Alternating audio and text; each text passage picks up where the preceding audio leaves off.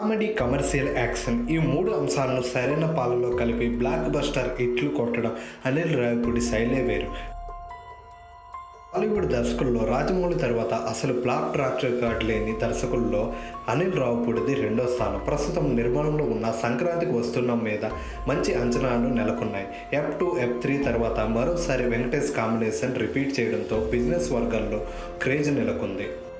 మొదటి నుంచి చివరి దాకా ఫుల్గా నవ్వుకునేలా తీర్చిదిద్దిన తీరు ఫ్యామిలీ ఆడియన్స్ని ఊపేస్తుందని యూనిట్ టాక్. ప్రమోషన్ కంటెంట్ చూస్తుంటే ఇది నిజమయ్యేలా ఉంది ఫ్రెండ్స్. ఉండగా అనిల్ రావిపూడి సీనియర్ స్టార్ని లక్ష్యంగా చేసుకొని తీరు ఆసక్తి రేపుతుంది. తను ప్యాన్ ఇండియా మోజులో పడటం లేదు. మహేష్ బాబు లాంటి సూపర్ స్టార్ దొరికిన సరిలేరు నీకెవరు తెలుగు ప్రేక్షకుల అభిరుచి తగ్గట్టు తీసి సూపర్ హిట్ కొట్టాడు.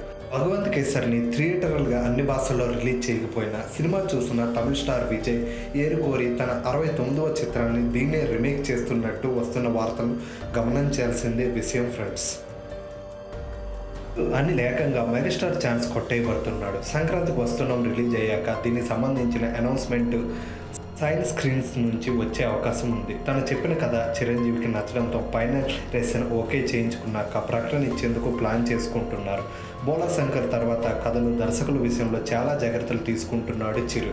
కొత్త తరం డైరెక్టర్లతో చేతులు కలిపేందుకు మొగ్గు చూపుతున్నాడు. నిన్న శ్రీకాంత్ వదిల, ఇవాళ అనిల్ రావిపూడి పేర్లు చూస్తుంటే ఫ్యాన్స్ కోరుకున్నట్టే వింటేజ్ చిరుని చూపించే డైరెక్టర్లు దొరుకుతున్నట్టు ఉంది ఫ్రెండ్స్. ఇలాంటి మరెన్నో filmy updates, movie reviews, OTT platforms గురించి తెలుసుకోవాలంటే వెంటనే మన ఛానల్ లైక్ చేసి, షేర్ చేసి, సబ్స్క్రైబ్ చేయండి ఫ్రెండ్స్.